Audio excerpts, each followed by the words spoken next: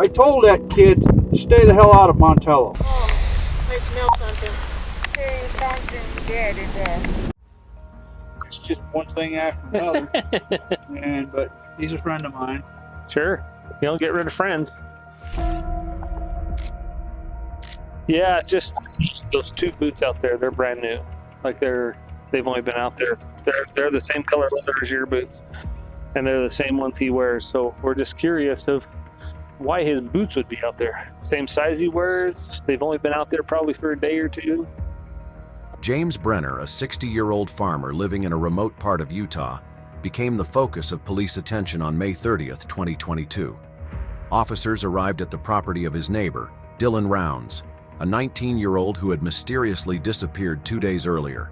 Since James was living on Dylan's property, police naturally questioned him first. During the conversation, James spoke vaguely about Dylan's presence on the property, suggesting that he must have been there at some point. He's been hanging out over that bar in Montello, and I could give you some names of some scumbags over there, but he's been shooting his mouth off about how much money he's making. When officers asked to look inside his van, James refused, saying that he had mushrooms drying inside, and opening the door would cause them to scatter. The discussion then turned to phone records, with officers mentioning that Dylan's phone had last pinged about 15.2 miles from a cell tower. James pointed out that this distance could place the phone anywhere within a wide radius. The officers then examined Dylan's fuel truck, with James noting that Dylan had been in the process of buying it. He jokingly told the officers not to inform Dylan's grandfather about it. Meanwhile, Dylan's father, Justin Rounds, had his doubts about James. Even before Dylan's disappearance, he had felt something was off about him. Justin mentioned that James had claimed the area used to be a dump where Dylan had buried various things, including electronics. Justin was unsure of the truth behind this statement and questioned Dylan's connection to the site. James had also told people that Dylan had been bragging in town about making a lot of money, but Justin found this hard to believe. He explained that Dylan was spending money on fuel, equipment, and his farming operation, so boasting about wealth didn't sound like something his son would do. As the search for Dylan continued, Justin became more determined to find out what had happened to his son. Frustrated by the lack of progress, he decided to speak directly with James himself. During their conversation, James shifted suspicion onto a man named Ty Corbin, suggesting that if anyone knew where Dylan was, it would be him. Following this lead, Justin contacted Ty, introducing himself as Dylan's father. Ty responded by expressing his sympathy for Justin's situation. He then asked if Justin was alone, specifically making sure he wasn't near a group called the Wadsworths.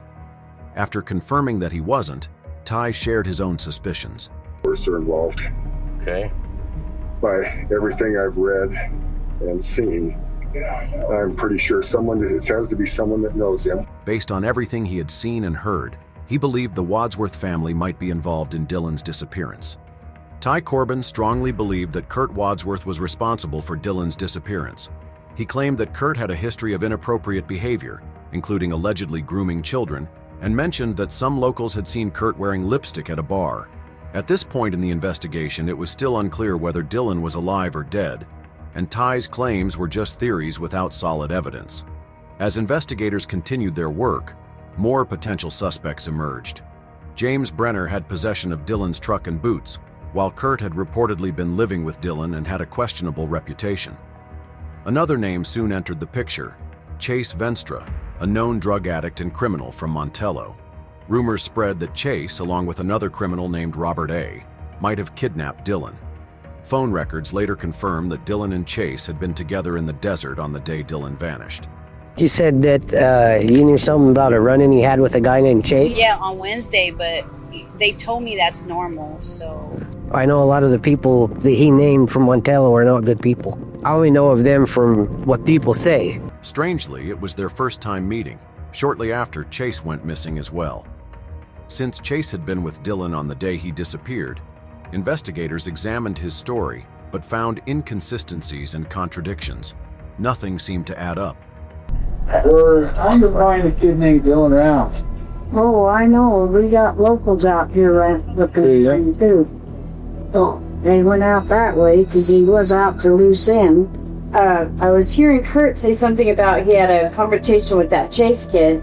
Yeah, that's who I'm looking for. Where do we find him? I'm kind of worried about it because if Dylan did walk back from where he left the grain truck and Chase got a hold of him vulnerable, you know what I mean? Mm-hmm. He's walking back, something bad could have happened because there was a bad injury with a kid just out here that got his face smashed in by the butt of a gun.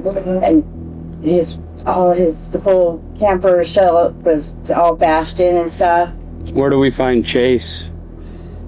Is he from here? Does he live here? Yeah, he does. He doesn't. He's from around here. This is where he hangs out. He was staying out here, and he was Where was he staying at? a thief in town, and so everybody was after him, and they finally told him to get the hell out of town and stay there. Of course, he came back because he was just seen out here. For over 9 days, no new leads surfaced. Eventually, Chase was arrested due to unrelated warrants, but after questioning him, police found no direct evidence linking him to Dylan's disappearance. It was later stated that Chase was no longer a suspect, which came as a surprise. As the mystery deepened, the search for Dylan expanded beyond their small town. If you're enjoying the video, don't forget to hit that subscribe button. With hundreds of Utah residents joining the effort, people combed the area for any clues that might help law enforcement. Then, on June 10th, a potential breakthrough occurred.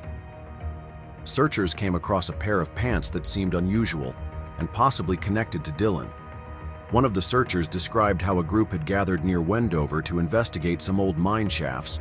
As they moved through the area, someone spotted the pants on the ground. Following protocol, the group avoided touching them directly, but used a tool to examine them, checking if they might be Dylan's. However, the pants turned out to be too large and had no confirmed link to him. Despite the initial hope, the discovery led nowhere, and the investigation remained at a frustrating standstill. Donald Hatley, a neighbor of James Brenner, reached out to the police with information that he believed could help with the case. During his interview, Don referred to James as Jim and provided some insights into his behavior. Don mentioned that Jim was an enthusiast of black powder firearms, which are older-style guns that use loose gunpowder. He explained that Jim had given him some black powder weapons after Dylan's disappearance, possibly out of fear that authorities might question him about them. When asked where the guns were, Don said he had placed one behind his bed and another near his couch. He confirmed that Jim handed them over after Dylan went missing. When officers inquired whether Jim had any other firearms, Don stated that all he had received were black powder guns, a rifle and a 6-shot revolver. He recalled that the last time he had seen Jim carrying the revolver was about 2 years ago. Don believed Jim wanted to get rid of these weapons for safety reasons, especially considering Jim's past. Don explained that Jim had previously been detained for over a year, during which he lost all his possessions, including his guns and even his horses. This experience seemed to have left a lasting impact on Jim, making him fear that he could once again be held for an extended period and lose everything he owned. The conversation then shifted to a barbecue that Don had attended with Jim. When asked if anyone else had been present, Don said it was just the two of them, aside from a woman named Jan, who used to visit for dinner almost every Sunday. However, he noted that she hadn't been around as much recently. When the officers asked Don what was going through his mind when Jim gave him the guns, he admitted that Jim looked scared. Jim had expressed concerns about being detained again, worrying that if it happened, he might never see his aging dog again. The officers then questioned why Jim thought he might be detained. Don suggested that Jim was aware of the possibility simply because of his past. Being a felon meant he wasn't supposed to have firearms, and if caught, he could be held for months. As the conversation continued, Don reflected on the situation, expressing frustration and confusion. He mentioned that Jim had told him Dylan was at a specific location around 3 or 4 o'clock, but Don wasn't sure what to believe anymore. He admitted that his whole social world had fallen apart because of the situation. As one person, Dylan was gone, and now he didn't know what to think about Jim. Don also wondered whether Jim was lying to both him and the police. He acknowledged that if Jim had done something to Dylan, he probably wouldn't confess to it. The uncertainty made the whole situation extremely frustrating for him. In response, the officers reassured Don that they were doing their best to figure things out. However, as more time passed without answers, the chances of finding Dylan seemed to grow slimmer.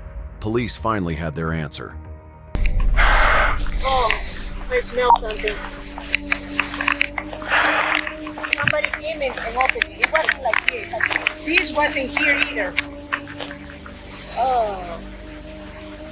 Okay, go ahead and step away. There's something dead in there. Yeah. Yeah, he killed it, poor baby. He killed it. Yeah, so this is the only one that you found, huh? Okay. Yeah, but it wasn't like this yesterday, though. Okay. Somebody came and opened it.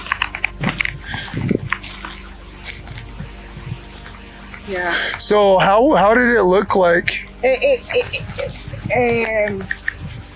This was flat. So this was on top, and then there was another wood. Hey, man.